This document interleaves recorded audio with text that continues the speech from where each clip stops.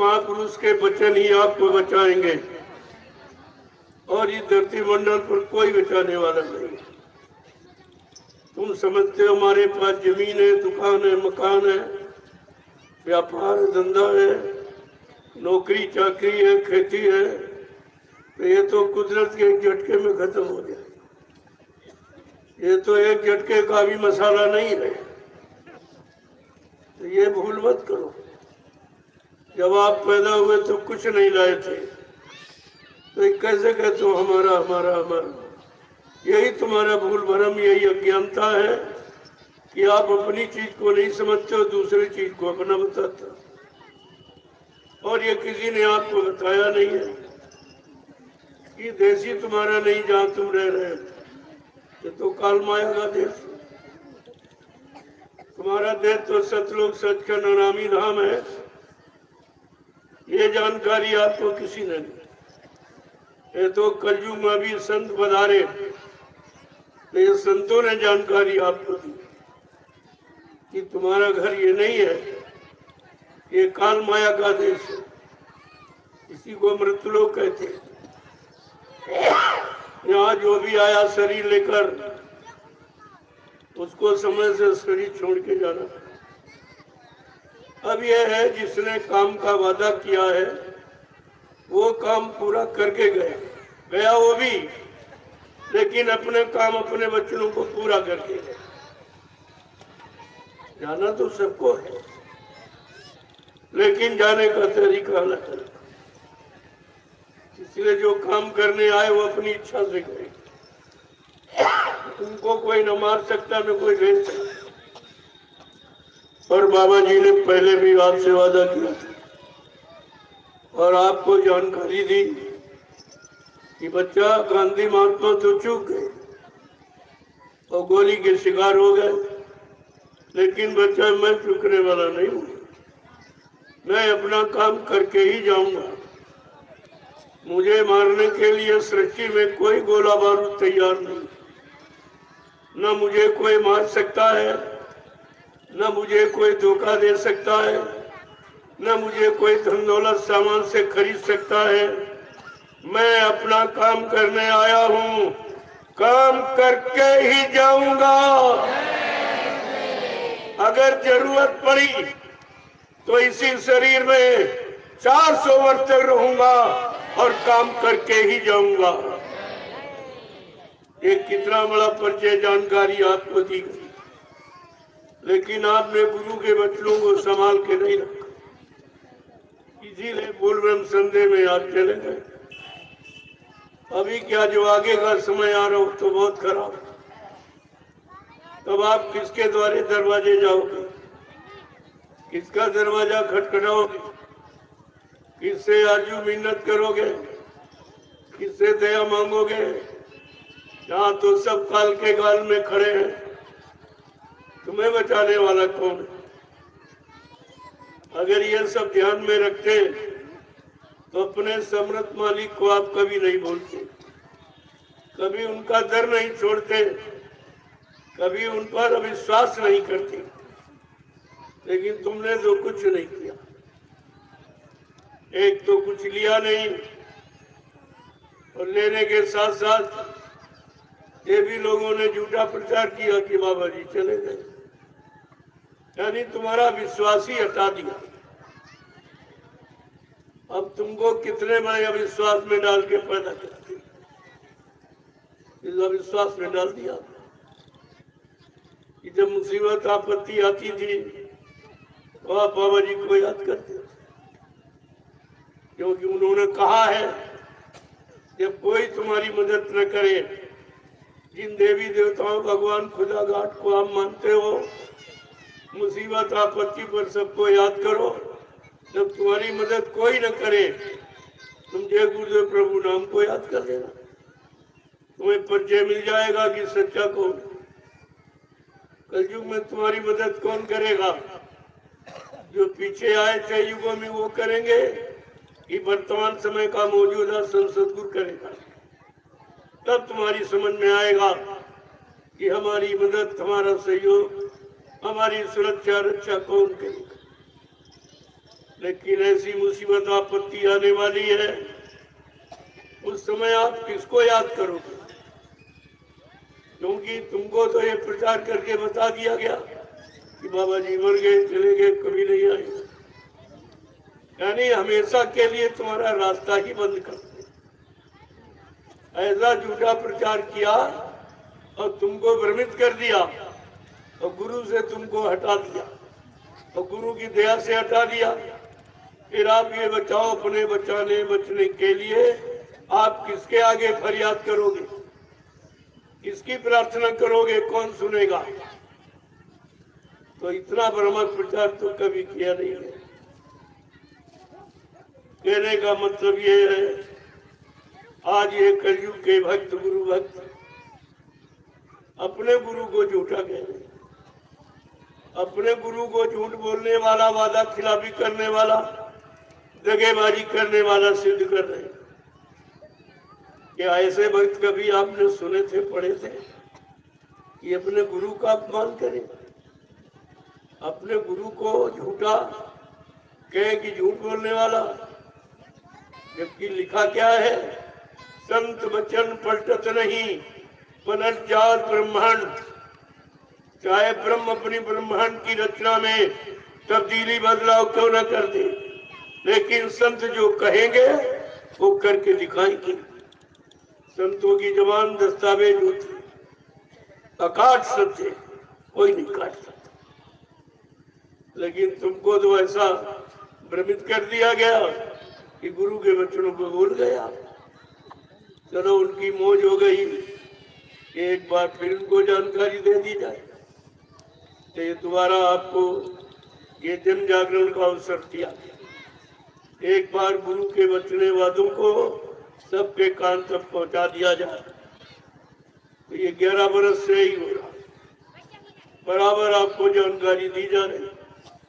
यहाँ कुछ बना नहीं जाता, यहाँ जो कहा गया है उसकी यादगार कराई जाती कि क्या क्या कहा गुरु ने, क्या वादे किए, कैसी संकल्प प्रतिज्ञा की, जो तुम भूल गए हो उसी को याद कराया जाता। अब की चूके तो फिर 84। अगर इससे आप चूक गए कि 4 खान 84 लाख नरकों की योनियों से आप बचने वाले नहीं। इसीलिए कहा एक बार मौका दे दिया, जबकि ऐसा किसी ने किया नहीं है। जितनी अवतारी शक्तियां आई सब ने एक बार समझाया और नहीं माना तो मार काट दिया, तो क्षमा माना ही कुछ। लेकिन आज समृद्ध सद्गुरु दाता दयालु जो दया करने आए हैं वो मारने नहीं आए, बचाने आए। अब ना आप बचो, बार बार मचल जाओ, गोदी से भाग जाओ, तो फिर ये तुम्हारा दोष है। इतना समझाने बुझाने पर भी तुम्हारी समझ में नहीं आ रहा कि हमारा कौन है, हमारी मदद करने वाला, हमारी संभाल करने वाला, हमारी रक्षा सुरक्षा करने वाला कौन है। अगर इतनी बात नहीं समझते तो फिर क्या समझते? फिर तुम्हारा सत्संग सुनने का मतलब ही क्या? तो सत्संग तो सत्य का संग कराता है और झूठ से आपको बचाता है, अलग रखता है। लेकिन फिर भी तुम झूठ में बस गए, इसका मतलब आपने सत्संग की महिमा नहीं समझी। क्योंकि सत्संग वो चीज है जो बुरे व्यक्ति को साधु बना देती। अगर सत्संग वचनों को सुन के अपने जीवन में उतार लो तो कितना भी खराब व्यक्ति, कितना पापी कुकर्मी हो, एक बार साधु बन जाए। सत्संग वचनों की वो महिमा है। सत्संग जल जो कोई पावे, मैलाई सब कट जाए। किसी को सत्संग रूपी सरता का जल मिल जाए तो सारी गंदगी ये मन बुद्धि चित्त की साफ हो जाती। और ये लाभ कोई नहीं दे सकता, ना कोई कथा वार्ता, ना कोई जल पूजा, ना कोई ताबे किताबें, क्योंकि कागज भी तो जड़ है। ये लाभ आपको नहीं मिलता जो लाभ संतों के वचनों से।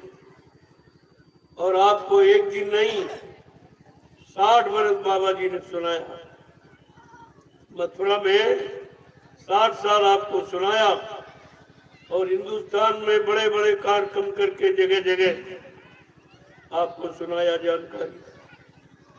लेकिन जब समय आया तो आपके पास कुछ नहीं मिला। अरे भाई, जो पढ़ाता है वो परीक्षा भी लेता है कि देखता है कि जो पढ़ाया वो याद है कि नहीं है। कितने लोगों ने संभाल के रखा, कितनों ने अपने जीवन को यानी मतलब अच्छा सच्चा बना पाया, अपनी मन बुद्धि चित्त को पाक साफ निर्मल पवित्र बना पाया। ये भी तो देखा जाता है। और जब देखा गया तो कुछ सब खत्म, कोई नहीं, एक भी नहीं निकला, एक भी नहीं निकला।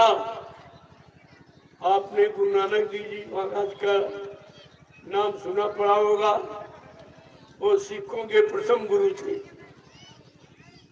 जब गुरु नानक देव महाराज के 4400 शिष्य हो गए तब उनको चिंता हो गई कि शिष्यों की संख्या तो बढ़ती जा रही, लेकिन इसमें सच्चा मेरा आशिक, मेरा प्रेमी, मेरा भक्त कौन है जो मेरे सिवा न किसी को जानता न पहचानता, न किसी की सुनता है न मानता। ऐसा कौन व्यक्ति, ऐसा कौन जीव है जो मेरे सिवा किसी को नहीं। तो उसके लिए गुरु नानक देव जी महाराज ने परीक्षा की एक तैयारी करी। एक झोपड़ी बनाई, झोपड़ी में तरबूज का फल रखा, एक तलवार रखी, एक प्रेमी को बैठा दिया और एक बाल्टी रंग गुरवा के रखवा दिया और एक बकरे को बंद कर दिया और संगत से कहा, कल मैं एक आवश्यक संदेश दूंगा, सभी प्रेमी आएंगे, मैं आवश्यक संदेश। जब संगत पहुंची सुबह, गुरु नानक देव जी महाराज ने कहा, सब लोग लाइन से खड़े हो जाओ। जब लाइन से खड़े हो गए तब कहा कि हमको सर चाहिए, सर। जो सबसे आगे प्रेमी बैठा था बड़ा खुश हुआ कि अगर मेरा सर गुरु के काम आ जाए तो मेरा मानव शरीर सार्थक हो जाए। क्यों?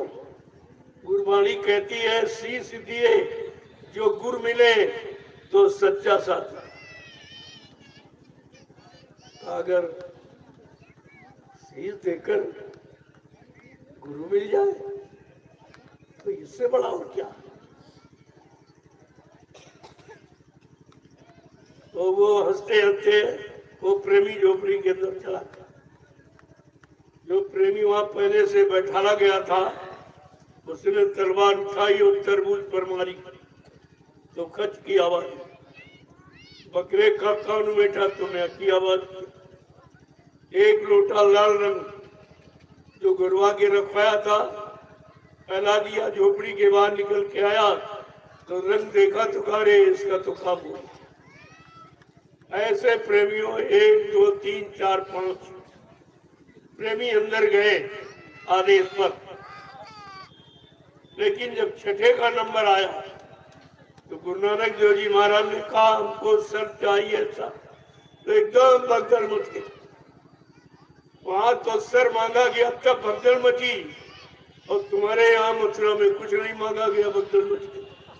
क्या बात है, एक भी नहीं दिखाई दिया, सब भाग गए गुरु दरबार। तो जब गुरु नानक देव जी महाराज का इतिहास लिखा गया तो पंच प्यारे का उनके 5 प्यारे निकले। 4400 शिष्यों में गुरु नानक देव जी महाराज के 5 प्यारे निकले। लेकिन मथुरा में बाबा जय गुरुदेव जी महाराज के 45 करोड़ चेलों में एक भी नहीं निकला। 45 करोड़ चेलों में एक भी गुरु का भक्त नहीं निकला।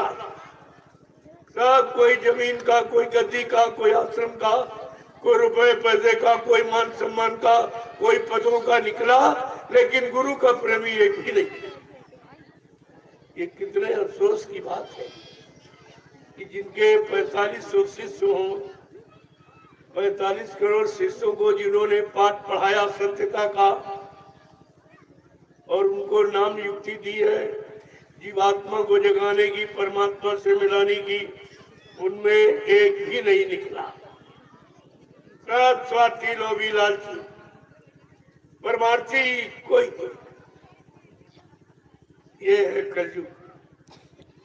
जब इतनों को सुनाया समझाया गया तब तो एक नहीं बन पाया गुरु का भक्त। सब काल माया के सामान के भक्त बन गए। यद्य बाबा जी ने पहले ही कहा था, महापुरुष तो अंतर्यामी होते हैं, वो भविष्य भूत वर्तमान को जानने वाले होते। उन्होंने पहले ही कहा, आज संतों की शरण में कोई आ जाता तो उसको उसकी जो भावना होती है, भाव विचारों के अनुसार उसको दिया जाए। क्यों? आए शरण तजो नहीं ताही। जो शरण में आ जाएगा उसको खाली नहीं जाना दिया, खाली नहीं जाने दिया। ये संत दरबार की महिमा। अब ये जरूर जो जिस इच्छा और भाव भावना लेके आया उसको वो मिल जाता है। तो कहा जो धन की इच्छा से आए हैं वो धन लेके चले जाएंगे, जो सामान की इच्छा से आए हैं वो सामान लेके चले जाएंगे, जो मान सम्मान पद की इच्छा से आए वो मान सम्मान पद लेके चले जाएंगे। लेकिन जो प्रेमी भगवान की इच्छा से आए हैं वो भगवान लेके जाएंगे। तो आपको तो शंका करनी ही नहीं थी। जब इस तरह का पहले ही बंटवारा कर दिया गया, जानकारी दी गई कि जो भगवान पाने की इच्छा से आए हैं वो भगवान पाके जाएंगे। बाकी अपनी अपनी इच्छा भावना के अनुसार क्या की रही भावना जैसी गुरु मुहूर्त की तिथि। जो जिस भावना से आता है गुरु उसको उसी रूप में दिखाई देता। तो ये सब जानकारी समय से पहले ही दे दी। महापुरुष कोई जानकारी छिपा बचा के नहीं रखते, जीवों के सामने सब बोल के रखते। ये जो हो रहा है ये लीला खेल, ये पहले ही बताया था। लेकिन आप थोड़े दिनों के नामदानी हो, 20-25 साल का, और सत्य बाबा जी 10 जुलाई 1952 से। उस समय तो आप गए नहीं थे, आपको मालूम नहीं क्या पहले सुनाया, क्या भविष्यवाणियां की है, क्या उन्होंने जानकारी दी है आगे आने वाले समय की। उन्होंने पहले ही कहा था, बच्चा आगे मैं ऐसी नाजुक स्थिति बना के खड़ी कर दूंगा, फिर कुछ दिनों के लिए मैं तुम्हारे से दूर चला जाऊंगा, तुम इतनी जल्दी हमें पहचान नहीं पाओगे। मैं समय पर आकर अपने समस्त वादों की जानकारी दूंगा और समस्त वादे पूरे करके दिखाऊंगा, लेकिन तुम मेरा इंतजार भजन करके करते रहना। क्या आपने भजन करके इंतजार किया? 1 मिनट भी आपने इंतजार नहीं किया। कोई इधर भग गया, कोई इधर भग गया, कोई इधर। गुरु के पास कोई, जबकि कहा था कि बच्चा पिछले राजनेताओं ने हमें भली भांति अजमा लिया सब तरह से, लेकिन मुझे न कोई मार सकता है, न मुझे धोखा दे सकता, न कोई धन दौलत सामान से खरीद सकता। मैं अपना काम करने आया हूँ, वो काम करके ही जाऊंगा, और तुम किसी की बात मत विश्वास करना। और कहा था पड़े रहो दरबार में धक्का धनी के खाओ, कबहू दीन दयाल के भनक पड़ेगी। तुम दरबार में पड़े रहना, खड़े रहना, अड़े रहना, कभी न कभी मालिक की तुम्हारे पर दया होगी। लेकिन आप लोग न खड़े रहे न पड़े रहे और सबके सब भाग खड़े हुए। जब कोई बचा नहीं तो दया किस पर की जाए? जब कोई रुका ही नहीं, गुरु पर विश्वास किया ही नहीं, गुरु के वचनों पर वादों पर विश्वास किया नहीं, तो दया की जाए तो किस पर की जाए? ये भी तो आपको विचार करना चाहिए। आप दया के पात्र हो, तुम्हारे में कोई गुरु पर पात्रता शुद्धता कोई है, निर्मलता चलता, सब कदम अपने थे। दया नहीं हो रही, वजन नहीं बना, ध्यान नहीं माना। अरे ध्यान तुमने गुरु का किया, तुमको तो ध्यान कराया गया कि गुरु मर गया, ध्यान ही खत्म करा दिया। अरे मरे व्यक्ति का कौन ध्यान करता है? जो मर जाता उसका कोई न नाम लेता और न उसका कोई ध्यान करता, मुर्दे का ध्यान कोई नहीं। तो तुमको जो गुरु से हटा दिया तो तुम ध्यान करोगे तो किसका करोगे?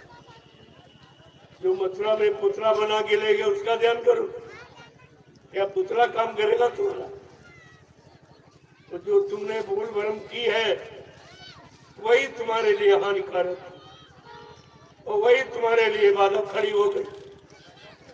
अगर गुरु पर विश्वास किया होता तो फिर तुम्हारा कुछ नहीं बिगड़ता और तुम्हें कोई हटा नहीं सकता गुरु से। गुरु वो पावर, वो शक्ति है तो सारी मुसीबत आपत्ति को हटा देती, वो एक बार मौत को भी ढकेल देती। लेकिन आपने तो कोई काम किया ही नहीं।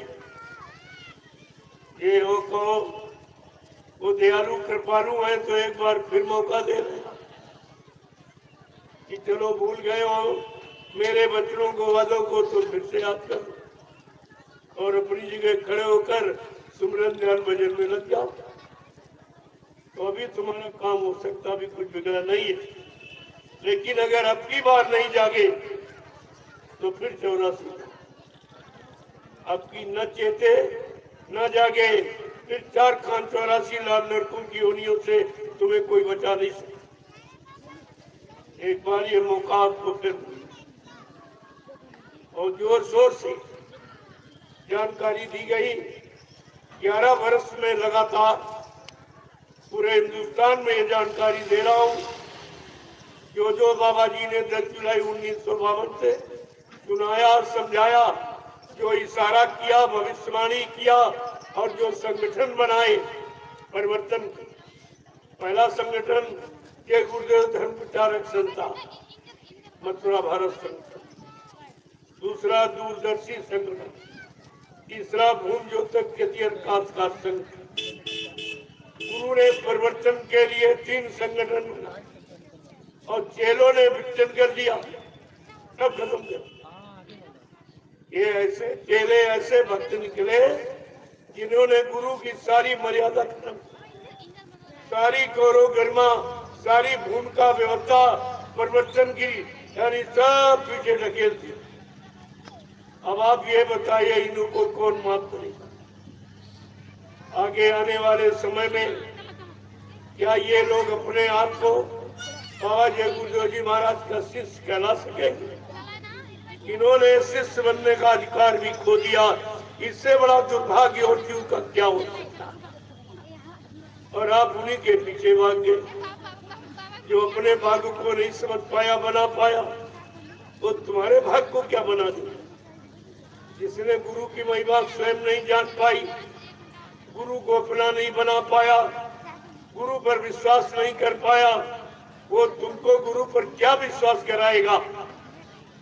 और यह खेल सब गुरु का है सृष्टि में। ध्यान मूलम गुरु मूर्तिम, पूजा मूलम गुरु पदम, मंत्र मूलम गुरु वाक्यम, मोक्ष मूलम गुरु कृपा। कहा मोक्ष गुरु की कृपा पर निर्भर है, क्रिया पर नहीं, कृपा पर नहीं। क्योंकि कलयुग का जीव बहुत कमजोर है, कोई शक्ति सामर्थ्य नहीं उसमें, कोई किसी तरह का संयम नियम कुछ नहीं। इसलिए कहा क्रिया तो इससे हो नहीं सकती गंदे से। अगर वो गुरु की कृपा पा जाए, दया पा जाए, तो उससे उसका उद्धार हो जाएगा। उसे कुछ करने की जरूरत ही नहीं, केवल गुरु की कृपा पाने का उसको उपाय सोचना चाहिए। और गुरु की दया पाने का उपाय क्या है? उनके आदेश हुकुम का अक्षर सा पालन, कोई शंका संदेह भूल भ्रम न आवे, किसी तरह कहा स्वप्न में भी गुरु के प्रति विरोध की भावना न हो, वो गुरु का सच्चा भक्त है, वो गुरु की संपूर्ण दया पाने का अधिकारी होता। लेकिन तुम्हारे अंदर तो कुछ तो पहले ही सब भूल गए। उन 5 लुटेरों ने हल्ला मचा दिया, गुरुजी मर गए, चले गए, तब तुमने मान लिया। बिना देखे, बिना सोचे समझे। अगर गुरु के वचन याद होते तो आपको तुरंत कहना चाहिए था, तुम ये झूठ कह रहे हो, बाबा जी ने कहा न कोई मुझे मार सकता, न मुझे कोई धोखा दे सकता, न मुझे कोई धन दौलत सामान से खरीद सकता। मैं अपना काम करने आया हूँ, काम करके ही जाऊंगा।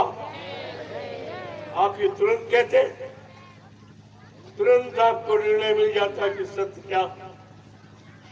अरे झूठ बोलने वाला कितनी देर टिक सकता, इस पर आपको विचार करना चाहिए। लेकिन तुमने उन झूठ बोलने वालों की बात मान ली और गुरु को झूठ बोलने वाला समझ लिया। ये मानता तुम्हारे अंदर आ गया तो आप भी तो दोषी हो बिना देखे। अरे भगवान ने आंखें दी है, कान दिए हैं अच्छा सच्चा सुनने के लिए, आंख दी अच्छा सच्चा देखने के लिए, झूठ सत्य का निर्णय लेने के लिए बुद्धि दी है, और तुमने किसी का प्रयोग नहीं किया, न आंखों का, न कानों का, न बुद्धि का, किसी का प्रयोग आपने नहीं किया। जो अल्लाह मचा दिया उसकी पीछे बात करो। अरे नाक ले गया कौवा तो कम से कम हाथ रख के देखना चाहिए कि नाक है कि कौवा नहीं गया।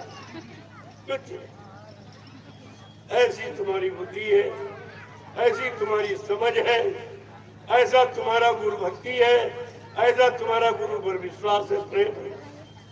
आप पाने के लायक तो कुछ हो नहीं, गुरु से कुछ भी पाने के लायक नहीं। लेकिन आज सदगुरु आया है जो दाता दयालु है, वो दया करने आया है, वो क्षमा करने आया है, भूल चूक माफ करने आया है, पापों के गट्ठर को उतारने आया है, इतना बड़ा काम करने आया हमारी। इसीलिए आपको ये दोबारा मौका मिल गया। एक बार सुनाया, नहीं माना तो मार काट दिया। काल शक्तियों का इतिहास है सारी, लेकिन ये दयाल शक्ति है, इसका काम बिल्कुल अलग शक्ति है। कोई मतलब काम उसका ऐसा नहीं है जिसमें किसी को कोई कष्ट हो, किसी का कोई अपमान हो, किसी का कोई खून खराबा हो, ऐसा काम। इतनी मतलब यानी शुद्धता निर्मलता का काम है जो सृष्टि में कभी किसी ने किया नहीं। न किसी को मारा जाएगा, न सताया जाएगा, न उसको छोड़ा जाएगा। आज इनको पकड़ा गया है, वो छूटने वाले नहीं है। तुम सोचते हो कि हमने नामदान ले लिया और माला खुशी पे टांग दी। अरे तो अपनी बार नहीं, दूसरी बार, तीसरी बार। गुरु 7 जन्म तक पीछा करता, सतगुरु 7 जन्म तक पीछा करता। तुम जाओगे कहाँ भक्त? तुमसे भजन करा ही लिया जाएगा। और अभी सहूलियत है कि सामने कर लो, अच्छा रहेगा। नहीं कर पाओगे, दया कर दी जाएगी, हाथ पकड़ के घर पहुंचा दिया जाएगा।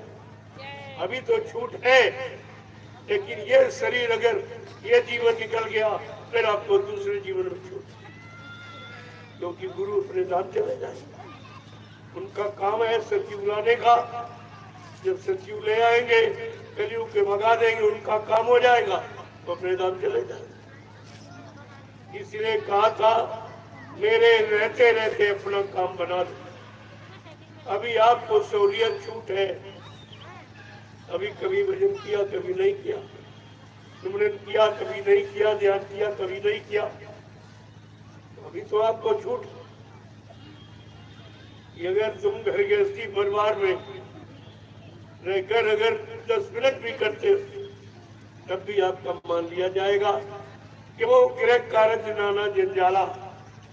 गृहस्थी में बहुत जंजाल है, जंगल में कांटे के आज इतने गृहस्थी में कांटे, चारों तरफ से कांटे लगते, लेकिन उनके बीच रहकर अगर 15-20 मिनट आधा घंटा भी आप अगर हाजिरी दे देते सुबह शाम आत्मा के घाट पर बैठकर, तब भी तुम्हारा मान लिया जाएगा। फिर इससे सरल और क्या हो सकता। और ये सरलता अभी है मौजूदगी में, चले जाने के बाद ये सरलता समाप्त हो, फिर ये छूट आपको नहीं मिलेगी। इसलिए अरे भाई नहीं भजन करते तो सेवा करो, सेवा निकालो, उसी से तुम्हारा काम हो जाए। नहीं सेवा देते तो सेवा करो, सत्संग करो, सत्संग सुनो। अब कुछ नहीं कर सकते तो भजन करो। अब आप कुछ भी नहीं करोगे तो फिर मजदूरी कैसे मिलेगी। 3 काम आपको दिए, सत्संग करो, सेवा करो और भजन करो। इनमें से कोई एक काम तो आपको करना ही। तो जो तीनों कर लेगा वो तो सहज में चला जाएगा, उसको तो यहाँ कोई रोक ही नहीं सकता। जिसने सेवा भी की और सेवा दी, मतलब परेशानी और आपत्तियों से उठाई, लेकिन सेवा जरूर की। अरे जिनके पास कुछ नहीं, मजदूरी करके सेवा की। जब आदेश हुआ तो अपनी जमीन बेच के सेवा की। इन्होंने जमीन बेच के सेवा दी, मकान बेच के सेवा दी, उनको कौन रोक सकता। और ये छूट तो वैसे भी जाएगी, वैसे भी जमीन मकान लेके तुम जाओगे क्या। ये तो वैसे छूट जाएगी। अगर परमार्थ में आपने अगर दे दी तो तुम्हारा जीवन सार्थक हो। फिर तुमको यहाँ आना ही नहीं तो जमीन मकान लेके करोगे क्या। जब आना नहीं दोबारा, आना अपना जाने वाला काम कर लिया और आना जाना खत्म हो गया तो फिर जमीन वगैरह क्या करोगे। लेकिन ये समझ किसी किसी की सबको